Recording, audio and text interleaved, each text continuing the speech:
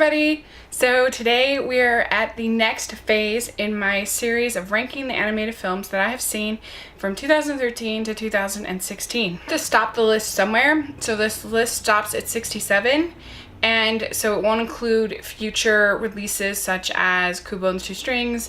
They didn't include The Killing Joke because I saw that after I started with my list, so just so you know. And today we are looking at the middle part of my list, looking at 50 through 41. And all of these movies I actually like quite a bit. I really do. I think that they're all decent watches. I don't have a ton of negative things to say about them, but they're just kind of in the middle ground for me, but that certainly doesn't mean they're bad. I enjoyed them quite a bit. So let's talk about this list. So coming in at number 50, I have Planes, Fire and Rescue. And a lot of people would have this a lot lower. I think some are just sort of, to a certain extent, just sort of biased against the Cars and the Planes movies, because I think this is a decent little movie for children. And I'm not saying that as an excuse for children. I'm saying it was made for their intellects and their creativity and everything in mind. The character development that we get in Dusty in this one, and he is having to deal with not being able to race anymore, and so he learns to become a fire and rescue plane. He learns to have more sort of meaning in his life. And yeah, the Planes and Cars net worlds are nutty, but I guess at a certain point I just said, okay, I'll go with it. What the heck. And I think that the flying sequences are beautiful in this movie, and I think it's an enjoyable little movie. I think it's made for small children, and I think they do a pretty good job with it. And I think it is a significant improvement over the first Planes, which is unusual in a sequel. But I would say it's better than Cars 2, even though I like Cars 2. But I think this is a little bit better. For 49 on my list is Maya the Bee. And this is a really sweet little movie that's made for small children, toddlers, aged children, for preschool aged kids. It has a very simple little lesson about believing in yourself and being true to yourself, and it has a very, very obvious villain that's not great, but I think that little children that age will really like it. And I like that it has both male and female characters, a little boy and a little girl, bee, and it's just sweet. And I thought that the animation was very bright and colorful and pleasant to look at. And so I enjoyed watching it, even though I'm not part of the target demographic. Number 48 is called Henry and Me. And this is a very schmaltzy little movie, but was made with a ton of heart. It's a 2D animated film made in 2014.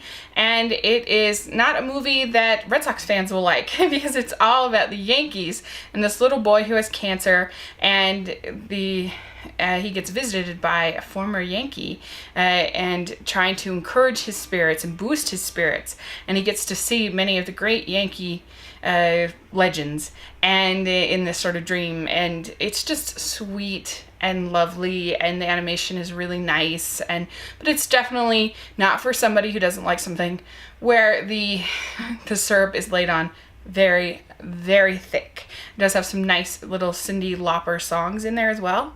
Number 47 on my list is called The Congress, and this is part live action, part animated. It stars Robin Wright, and she plays this version of herself that is getting older, and so she agrees to allow this digital version of herself to continue to play her in movies long after she has been able to do that. But she gives up being able to do any kind of artistic integrity or being able to do anything herself. But there's this payout, and there's this sort of beautiful version of herself that's always out there. And she kind of comes into contact with this sort of digital world because she's become that digital world. And this was his follow-up, Ari Folman, the director, his follow-up to Walter Bashir, which was a really striking war film. This is an adult animated film, and it has lots of really interesting ideas, and the visuals are certainly very striking, but I felt like it was kind of, I felt like it kind of condemned the moviegoer, which I really didn't appreciate. That the idea of sort of spending time watching this movie was therefore not helping people, and so therefore you're kind of a bad person for supporting this sort of fake media life.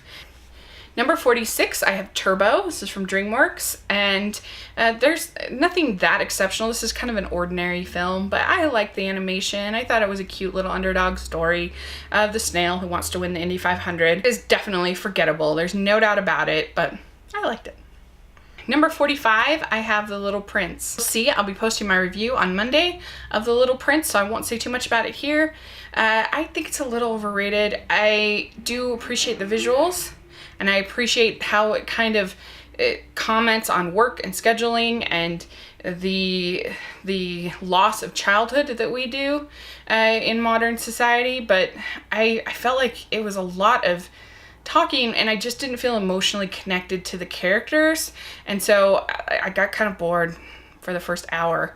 So I know a lot of people who love the book seem to like it a lot more than I did. So there you go. Number 44, I have Despicable Me 2.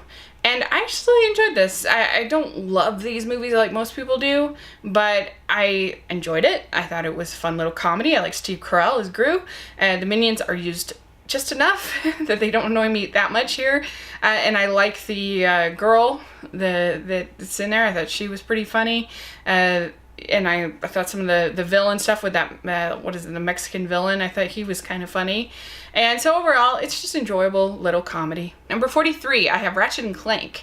And I know that this movie has flaws, but I don't think it's deserving of the very harsh criticism that some people have given it, but that's their view, that's fine.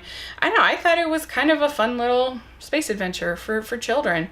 I liked it. I thought it was sort of self-aware. I thought there was some winking sort of humor in there about it, and I enjoyed it. I thought the voice work was good. I thought the animation was pretty good. It's not like great, but I didn't think it was awful like other people are saying. So number 42, I have Hotel Transylvania 2. And I think this is a step down from the first Hotel Transylvania, and I really missed the sense of ensemble feel that you got in that first film, because they kind of split off a bit. And there are a lot of characters that you only get like 2 lines from, and so that was a real loss to me because I really like some of those characters, and I thought they wimped out at the end. And I don't know why you have a voice actor like Mel Brooks, and he's in the movie for such a little brief period of time. His character was sold in the trailers as being this big character as Vlad, and he's hardly there at all. And I just felt like they wimped out on the end, making him into a vampire. I think it would have been more interesting to have seen how they adjust to this human. The last one on this list, number 41, is Epic. And this is Blue Sky that did this, and this has some flawed elements. I think the humor doesn't really work. Some of the voice casting, like Beyonce, isn't great, or Steven Tyler or something like. There's some definitely celebrity voice casting that doesn't work. But I loved sort of the visuals. I thought were really pretty. I thought it had a really nice story about this girl going into this land of the forests, and I just really thought it was an enjoyable little adventure, and had a nice sort of heart with the girl and her father trying to understand her. And yeah, it's not anything we haven't seen before, but I enjoy it. I think so. That is my 50 to 41. What do you think of this portion of the list? Are there ones that you disagree with, ones that you like more than me? What do you think of these 10 films that I have talked about? But in the end, it's just my list. It's just my opinion. So put in the comment section, and thanks so much. Please subscribe to my channel, and we'll see you next week for the next section. I'll talk to you later. Please subscribe. Bye.